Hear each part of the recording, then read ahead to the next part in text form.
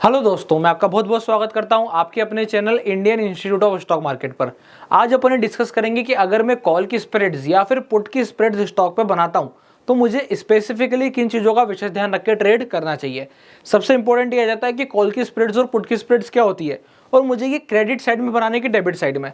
अब जितनी बातें आपको अभी हाल समझ में नहीं आई है, इसका मतलब ये वाली वीडियो आप लोगों को पूरी देखने की आवश्यकता है। तो कुछ मत कीजिएगा, ध्यान से वीडियो को शांति से सुनिएगा। सिर्फ और सिर्फ आपको कॉपी पेन लेके बैठना है और शांति से नोट डाउन करना है। आप समझ जाएंगे इस वाली वीडियो को देखने के बाद कि स्टॉक्स पे कॉल पुट कैसे ट्रेड होती है। सबसे इंपॉर्टेंट पॉइंट ये है कि आपको ये ध्यान रखना है कि लास्ट वीक में ट्रेड नहीं करना है। जब हम स्टॉक की बात करेंगे तो अवॉइड लास्ट वीक। जैसे कि एग्जांपल के तौर पे अभी वाली वीडियो में कब शूट कर रहा हूँ, तो मई में शूट कर रहा हूँ। अब तो मई के लास्ट वीक यानी कि जो कल से मई का लास्ट वीक शुरू होगा, अगर मुझे इसमें ही ट्रेड करना है तो मैं कहाँ के जाकर ट्रेड करूंगा? जून में जाकर ट्रेड करूंगा। ठीक है, ये चीज का आपको विशेष ध्यान रखना है। अवॉइड लास्ट वीक, यानी कि अपने को पता है एक्सपायरी कब होती है? लास्ट थर्सडे को होती है, last Thursday of the month, last Thursday of month.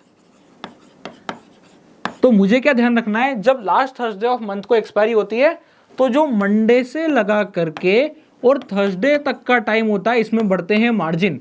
अगर मैं कॉल ऑप्शन बायर भी हूं, सिर्फ कॉल ऑप्शन बाय भी करूंगा तो भी मार्जिन इंक्रीज हो जाता है। ये चीज का आपको ध्यान रखना है। इसलिए लास्ट वीक हम अवॉइड करते हैं। कहां पे जाकर ट्रेड करते हैं? नेक्स्ट मंथ में जाकर के ट्रेड करते हैं। अब अपन समझते हैं कि करना क्या। ये तो समझ लिया कि कब करना है कब नहीं करना है, कैसे करते हैं, इसके ऊपर चर्चा करते हैं। एग्जाम्पल के तौर पे मैं एक स्टॉक लेता हूं जो मुझे लग रहा है कि यहां से नीचे से मोमेंटम कर सकता है। तो पहली चीज तो वो स्टॉक कौन सा होना चाहिए? F&O का होना चाहिए। क्यों F&O का होना चाहिए? क्योंकि ऑप्शंस ट्रेड तभी कर पाएंगे जब वो फ्यूचर एंड ऑप्शंस में होगा। तो सिंपल सीधा सा कैलकुलेशन है। इसके बाद मुझे ये आइडेंटिफाई करना है कि ब्रॉड मार्केट में क्या हो रहा है। ब्रॉड मार्केट मतलब निफ्टी ऊपर की तरफ जा सकती है कि निफ्टी नीचे की तरफ जा सकती है। हम F&O में तभी अच्छे से ट्रेड कर पाएंगे जब आपको ब्रॉडली मार्केट का अंदाजा होगा। अब ब्रॉडली मार्केट का अंदाजा से मतलब मेरा कहना ये है, मैंने कहा निफ्टी 21,800 से चल के कहां जाने वाली है? 23,000 को जाने वाली है। ठीक है, निफ्टी 21,800 से चल के 23,000 को जा सकती है, ऐसा हमने एक अंदाजा लगाया। अब निफ्टी 23,000 आ गई, तो यहां पर ऐसे सिनेरियो में अब यहां से क्या कंडीशन दिखाई देती है? अगर मुझे आगे भी बेट कंटिन्यू करनी है और मुझे लग रहा है कि अभी करंट सिचुएशन से आप बताओ कि आपको अगर स्टॉक्स में ट्रेड करना है F&O में और कॉल की स्प्रेड बनाने की पुट की स्प्रेड, और मैं ये कैसे आइडेंटिफाई करूंगा कि मुझे तेजी करनी है कि मद्दी? तो ध्यान से सुनिएगा। 23,000 पर मुझे ये दिखाई देता है कि अगर मार्केट ने ऑल टाइम हाई क्रॉस किया है, अगर मार्केट ने ऑल टाइम हाई क्रॉस किया है तो Nifty all time high cross करने के बाद अगर 3-4 दिन 5 दिन से ज्यादा सस्टेन करती है, इसका मतलब ये चीज बिल्कुल क्लियर है कि उसने ऑल टाइम हाई इसलिए क्रॉस किया है क्योंकि वो न्यू रैली स्टार्ट करने जा रहा है। और अगर वो न्यू रैली स्टार्ट करने जा रहा है, मतलब आप मान के चलो यहां से 500 से 700 पॉइंट कहीं नहीं गए, तो ऐसी सिचुएशन में मैं 500 से 700 पॉइंट मानता हूं। मतलब मैं निफ्टी को कहां देखता हूं? बोले 23,700 तक, 23,500 तक हम निफ्टी को देखते हैं। अगर इस वाली सिचुएशन से हम ट्रेड करने को जाते हैं तो अब मेरे पास F&O पे स्टॉक्स पे क्या ट्रेड होने चाहिए? देखिएगा, मेरे को स्टॉक दिख गया कोई सा भी, लेट सपोज अभी हाल के लिए अपन मान के चलते हैं ABC स्टॉक है। अब ABC जो स्टॉक है, इस ABC स्टॉक पर इसका रेट चल रहा है 1,000 रुपीज का। निफ्टी का मैंने एक ब्रॉड एनालिसिस कर लिया और ये आइडेंटिफाई कर लिया कि निफ्टी यहां से अब सिर्फ और सिर्फ ऊपर के लिए ही व्यू दिखाती है। ऐसी कंडीशंस पे जाके मुझे क्या करना है? कम से कम अपने पास 5 से 7 स्टॉक आइडेंटिफाई करने, जिसमें से 2 को मैं कह लूंगा शॉर्ट साइड और बाकी के 5 होंगे मेरे पास लॉन्ग के। ऐसा क्यों करूंगा? ऐसा इसलिए करूंगा क्योंकि मुझे गलत होने पर भी थोड़ी सी सेफ्टी चाहिए। ये 2 स्टॉक अगर मैंने सही आइडेंटिफाई कर लिए जो कि गिरने वाले हैं, तो ये 5 में से कम 4 का नुकसान कवर करके जाएंगे। अभी हम करने क्या वाले हैं ये तो अपन अभी ऑप्शन पे चल के समझेंगे ही, पर पहले हमने ब्रॉड मार्केट के डायरेक्शन में ट्रेड करा। अब क्या करने वाले? सबसे इंपॉर्टेंट, ABC स्टॉक है जिसका रेट 1,000 रुपीज का चल रहा है। तो मैं ये देखूंगा कि जो 1,000 रुपीज का स्टॉक चल रहा है, इसकी ATM पर वॉल्यूम है। पहली चीज तो मुझे क्या चाहिए? इसकी ATM लिक्विड चाहिए। इसकी ATM मुझे क्या चाहिए? लिक्विड चाहिए। लिक्विड मतलब यहाँ पे अच्छा खासा वॉल्यूम होना चाहिए, मैं शांति से सारे ट्रेड कर सकूं। सबसे इंपॉर्टेंट बात यही है। मुझे ये ना देखना पड़े कि एक तरफ का ऑप्शन चल रहा है 23, दूसरी तरफ का चल रहा है 27। अब मैं मन ही मन इंतजार कर रहा हूं कि अरे एक बार 26,000 तो मैं बाय कर लेता हूं, एक बार 25,000 तो मैं बाय कर लेता हूं। मैं किसकी बात कर रहा हूं? अगर आप लोग नहीं समझ पा रहे हैं तो भैया आपको मार्केट को और ब्रॉड में देखने की जरूरत है। मैं बात कर रहा हूं बाय और सेल के बीच का जो स्प्रेड होते हैं ना, जो डिफरेंस होता है कि सेलर इतने पर बैठा है, बायर इतने पर बैठा है, मैं उसकी चर्चा कर रहा हूं। तो अगर वो 27 और 23 है, इसका मतलब ये इंस्ट्रूमेंट ठीक ही नहीं है ट्रेड करने को, फिर मैं इसको अवॉइड कर दूंगा। तो मुझे एफ एंड ओ में किसको ट्रेड करने जाना है? मुझे एफ एंड ओ में उसको ट्रेड करने जाना है जो कि पहली चीज लिक्विड हो और उसके ऊपर अच्छा खासा वॉल्यूम आता हो और वो 100 के अंदर में 150 के अंदर में आता हो। देखो आपको एफ एंड ओ में कितने स्टॉक्स मिल जाएंगे? 180 के आसपास स्टॉक्स एफ एंड ओ में अवेलेबल है और आप देखोगे 180 में से शायद तक 40 या 50 ऐसे स्टॉक है जिनमें वॉल्यूम बहुत कम होता है, बाकी के 120 130 जो है वो बहुत ही शानदार वॉल्यूम अपने ऊपर रखते हैं। अब जो बाकी के 120 130 अपने ऊपर अच्छा वॉल्यूम रखते हैं, उन्हीं के ऊपर ही हमें बेसिकली ट्रेड करना है। अब 120 130 स्टॉक हमें मिल रहे हैं, उसमें से हमें कितने ढूंढने? 5 से 7। टेक्निक क्या होगी समझते हैं। मेरे को क्या करना है? एटीएम का कॉल ऑप्शन बाय करना है। और कहां पर स्टॉक पे रेजिस्टेंस दिखाई देता है? जैसे एग्जांपल के तौर पे अगर मैं वही एबीसी की बात करूं कि एबीसी मेरे को दिख रहा था 1000 रुपए के आसपास चल रहा है और मुझे इस पर रेजिस्टेंस 1080 का दिखाई देता है, तो मुझे कॉल ऑप्शन शॉर्ट भी करनी है। जब मैं कॉल ऑप्शन बाय करूंगा तो साइमल्टेनियसली एक कॉल सेल भी करूंगा। अब ये मेरी सूझबूझता और समझदारी है कि मैं किस वाले पॉइंट ऑफ टाइम पे कॉल खरीद के कॉल बेचता हूं। कहने का मतलब जैसे कि 1000 वाला स्टॉक है, 1080 का रेजिस्टेंस है, तो मैं ऐसा सेम डे करूं या फिर नेक्स्ट डे करूं या फिर मैं थोड़ा मोमेंटम का वेट करूं? नहीं समझ में आया? मैं समझाता हूं। देखिए, सेम डे करने का मतलब यह है कि मैंने जैसे ही कॉल बाय करी वैसे ही कॉल सेल कर दी। किसकी? 1080 की स्ट्राइक की। जहां का मुझे टारगेट नजर आता है मैं वहां की कॉल ऑप्शन सेल कर दूंगा, उस स्ट्राइक प्राइस की कॉल ऑप्शन सेल कर दूंगा। मुझे टारगेट दिखाई देता है 1080 का, 1080 की कॉल बेच दी। मुझे टारगेट दिखाई देता है 1100 का, 1100 की कॉल बेच दी। तो यहाँ पे हम स्प्रेड बना रहे हैं, सिर्फ इसलिए नहीं बना रहे कि स्प्रेड बनती है। यहाँ पे हम स्प्रेड इसलिए बना रहे हैं क्योंकि मुझे पता है कि यहाँ से मार्केट चलेगा और कहाँ तक जाएगा, यहाँ तक जाएगा। तो ऐसे में जो कॉल मैं बाय करूंगा वो वाली कॉल अगर मार्केट 3 दिन नहीं चला, 4 दिन नहीं चला, तो 4 दिन नहीं चलने में मैं ट्रेड को होल्ड कर पाऊं, तो उस ट्रेड को होल्ड करने के लिए मैं क्या करता हूं? कॉल ऑप्शन शॉर्ट करता हूं। अब कुछ स्टॉक्स पे मुझे ऐसा दिखाई देता है कि मार्केट अच्छा खासा मूव कर रहा है इंट्राडे में और वो कंटिन्यूअसली तेजी पे तेजी कर रहा है। ऐसे केस में जाकर के मैं सेम डे पे बेचना अवॉइड करता हूं। ऐसा क्यों? ऐसा इसलिए क्योंकि मुझे पता है कि जब कॉल ऑप्शन बढ़ी रही है, मार्केट ऊपर की तरफ जा ही रहा है, तो हमें बेचना क्यों है? फिर हमें बेचने की आवश्यकता नहीं है। ठीक, पर नेक्स्ट डे क्यों बेचते हैं? नेक्स्ट डे इसलिए बेचते हैं क्योंकि जब ये वाला कॉल ऑप्शन 20 रुपए चल रहा था और ये वाला ऑप्शन 5 रुपए चल रहा था, ठीक है, ये वाला कॉल ऑप्शन 5 रुपए चल रहा था। अब मार्केट ऊपर बढ़ी, मैंने सेम डे नहीं बेचा, ये वाला 20 का हो गया 30 और ये वाला 5 का हो गया 9। अब कंडीशन क्या बची कि 20 का 30 हो गया, 5 का 9 हो गया। अब मुझे महंगा बेचने का मौका भी मिल रहा है, प्लस मेरा ये जो गेन है, अब ये गेन जाने वाला भी नहीं है। क्यों नहीं जाने वाला है?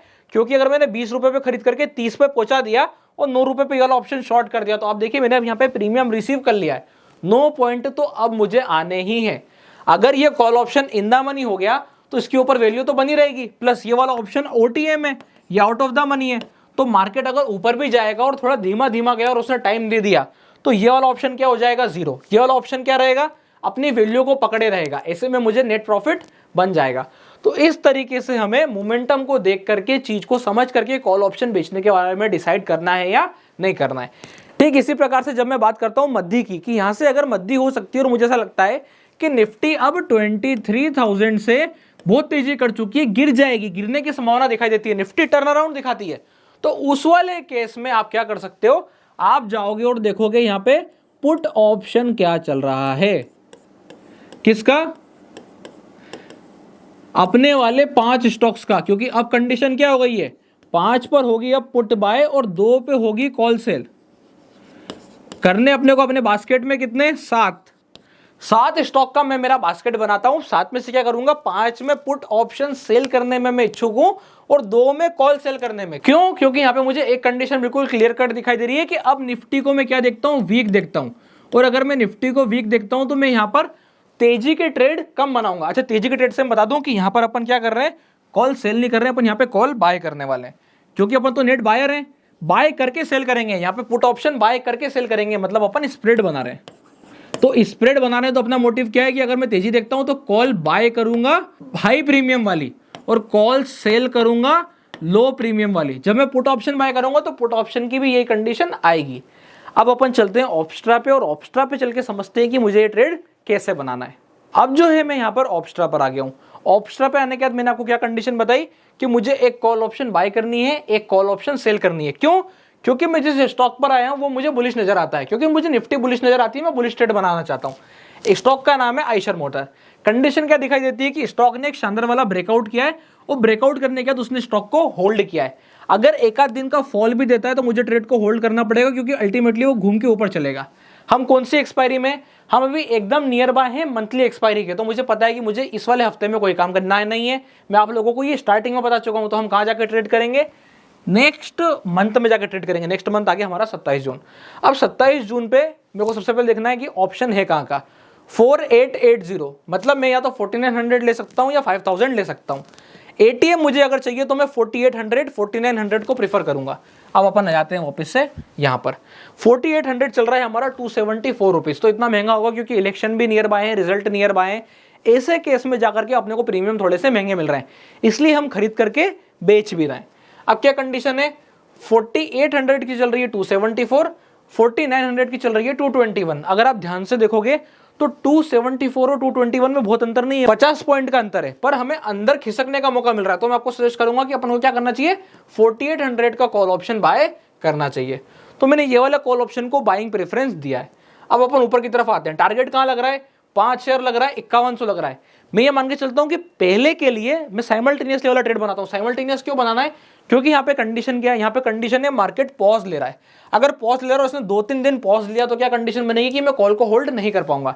तो कल इंट्राडे के लिए मैं क्या प्लान कर सकता हूं कि अगर मार्केट में कल ऊपर की तरफ मोमेंटम आता है, let suppose for example price ऊपर ओपन होती है, यहां पे मैं देखता हूं कि प्राइस कुछ ऐसे ओपन करती है और पहले 15 मिनट का कैंडल यहां पे बढ़िया सा सस्टेन होता है। जो 15 मिनट का अपना यहां पे कैंडल है वो बढ़िया सा सस्टेन होता है। अब ऐसे केस में उसके ब्रेकआउट पर मैं क्या करूंगा, कॉल ऑप्शन बाय कर दूंगा। अब आगे क्या करूंगा, आराम से वेट करूंगा, कोई जल्दबाजी नहीं करूंगा। और कब जाकर के मैं वापस से कॉल सेल करूंगा, जब ये जो हाई बनाया था इस वाले हाई के नीचे अगर मार्केट ब्रेक करना शुरू करेगा और 2 कैंडल क्लोजिंग देगा, 2 कैंडल क्लोज देगा। मतलब एग्जांपल के तौर पे जैसे अपन यहां समझते हैं, ये वाला हाई था, ये वाला हाई था। अगर मेरे को ये ट्रेड यही करना होता तो ये जैसे ब्रेकआउट होता मैं यहाँ पे कॉल ऑप्शन बाय करता, बाय कर लिया। अब देखिए मार्केट नीचे आया, क्या यहाँ पे इसने 2 कैंडल क्लोज दिया? नहीं दिया। अगर 2 कैंडल क्लोज नहीं दिया तो आराम से वेट करो, आपकी कॉल अभी भी बाय खड़ी है, बंद होते होते आप बेच जाओ। थोड़ा सा नीचे उतरते हैं। यहाँ देखिए, यहाँ मार्केट ओपन हुआ, ये हाई बनाया, इसको ब्रेकआउट किया। जैसे ही ब्रेकआउट किया मेरे यहाँ पे क्या गई, एंट्री आ गई। क्या मुझे एग्जिट मिली? नहीं मिली। प्राइस कंटिन्यूअसली ऊपर की तरफ मूव करती जा रही है, करती जा रही है। क्या इंडिकेट कर रही है? ये जो मोमेंटम है ये मुझे ये इंडिकेट कर रहा है कि मैं आराम से कॉल को होल्ड कर सकता था और बंद होते होते आराम से सेल कर सकता था। तो वैसी कंडीशन अगर मुझे आगे मिलेगी तो मैं सिर्फ कॉल ऑप्शन बाय करके छोड़ दूंगा। और अगर इसके नीचे 2 कैंडल क्लोज आएगी तो मैं पास वाली कॉल ऑप्शन शॉर्ट कर दूंगा। अब पास वाली कौन सी शॉर्ट करूंगा? 5000 की कॉल ऑप्शन में शॉर्ट करने के बारे में सोचता हूं, क्योंकि अगर प्राइस 2 कैंडल क्लोज दे रही है, एक के पीछे एक 2 कैंडल अगर नीचे बंद होंगे, इसका मतलब एक बार आपको पास आके टाइट बैठना चाहिए। ठीक है, तो अपन एक टाइट ट्रेड बनाते हैं। अपन एक बार एक इमेजिन करते हैं कि हाँ वो सिचुएशन बन गई है, तो अपन क्या करेंगे, ये वाली कॉल ऑप्शन शॉर्ट कर देंगे। अगर वो कंडीशन नहीं बनती तो अपन क्या करते हैं, 106 की कॉल ऑप्शन शॉर्ट करते क्लोजिंग के वक्त। यानी कि अगर कैंडल ने क्लोज नहीं किया, मार्केट ऊपर चलता गया, चला गया, चलता चला गया, तो डे एंड पर जब क्लोजिंग का वक्त आएगा तब मैं 5100 शॉर्ट करूंगा। पर अगर मार्केट ने 2 कैंडल क्लोज कर दिए हाई के नीचे, जो पहले कैंडल का हाई बना उसके नीचे अगर मार्केट ने 2 कैंडल क्लोज कर दिए तो मैं 5000 शॉर्ट कर दूंगा। एग्जांपल के तौर पे अपन अभी ये मान के चलते हैं कि ऐसा ही हो गया, तो हमारा पे ऑफ ग्राफ कैसा दिखाई देगा अपन ही समझते हैं। देखिए पे ऑफ ग्राफ की कंडीशन क्या होगी, आपने 274 पे बाय किया, 174 का शॉर्ट कर दिया, 48% की प्रोबेबिलिटी कि आप पैसा कमाओगे और प्रॉफिट आने की संभावना आपकी बिल्कुल 50-50 है, जितना आएगा उतना ही जाएगा। आप देखिए 17,640 और 17,360, रिस्क रिवॉर्ड रेशियो भी हमारा लगभग 1:1 का है। कंडीशन क्या है, मार्केट जैसे थोड़ा सा मूव करेगा हमें हमारे प्रॉफिट्स को लेके निकलना है, पूरा आखिरी तक बैठना नहीं है। हमें यहां से आइशर मोटर को 50,000 नहीं पहुंचाना है। थोड़ा सा मूव आया, अगर प्राइस ने 100 पॉइंट का ही मूव किया, आपको 4-5,000 7,000 बनाना शुरू करेगा।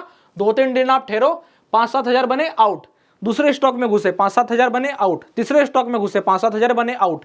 इसलिए मैंने आप लोगों को क्या बताया, इसलिए मैं ऑलरेडी आप लोगों को यह बता चुका हूं कि अपने पास कितने स्टॉक चल रहे होंगे, कम से कम 5 से 7 स्टॉक चल रहे होंगे। तो जो 5 से 7 स्टॉक चल रहे हैं उसमें से 5 लोगे तो आपको क्या करना है, जहां 5,000 आए बुक, 3,000 आए बुक, 2,000 आए वेट किया, जिसे 5,000 में कन्वर्ट हुए बुक, तो ऐसे आपको बुक करते चले जाना है और नए नए स्टॉक ढूंढ करके उनको रोटेट करते चले जाना है। इस हिसाब से आप देखोगे कि स्टॉक्स पर आप कॉल और पुट की स्प्रेड्स के साथ ट्रेडिंग कर सकते हो। और लॉस के लिए क्या ध्यान रखना है, लॉस के लिए मुझे ध्यान रखना है कि अगर मार्केट यहाँ पर डेली पर ये वाले स्विंग के लो को निकाल देगा तो मैं एग्जिट कर दूंगा। थोड़ा सा रिस्क रिवॉर्ड गड़बड़ आएगा स्टार्टिंग के केस में, पर एक बार जब आपका रोटेशन बनने लगेगा तो आप देखोगे कि आपकी अगर एक्यूरेसी ठीक है तो आप 5 में से 4 स्टॉक में प्रॉफिट बुक करोगे और 3 में लॉस बुक करोगे। अल्टीमेटली आपको प्रॉफिट ज्यादा आएगा। यहां पर अगर मार्केट इस वाले लेवल के नीचे क्लोजिंग दे देगा तो आप समझ जाइएगा कि we should exit the trade, otherwise इसके पहले अपन आराम से ट्रेड को होल्ड कर सकते हैं। इस हिसाब से जो है स्टॉक्स पर मोमेंटम की ट्रेडिंग करी जाती है जब हम अलग अलग स्टॉक्स का एक बास्केट बना करके ट्रेड करते हैं। आई होप आप लोगों को समझ में आया होगा कि कैसे जो है हम कॉल पुट के स्प्रेड्स स्टॉक्स पर ट्रेड करते हैं। अगर वीडियो अच्छी लगी हो तो वीडियो को लाइक कीजिएगा, चैनल को सब्सक्राइब कीजिएगा। और अगर आप लोगों ने अभी तक अपना डीमैट अकाउंट नहीं खुलवाया है तो डिस्क्रिप्शन के नीचे लिंक मिल जाएगा, आप जाके अपना डीमैट अकाउंट ओपन करा सकते हैं।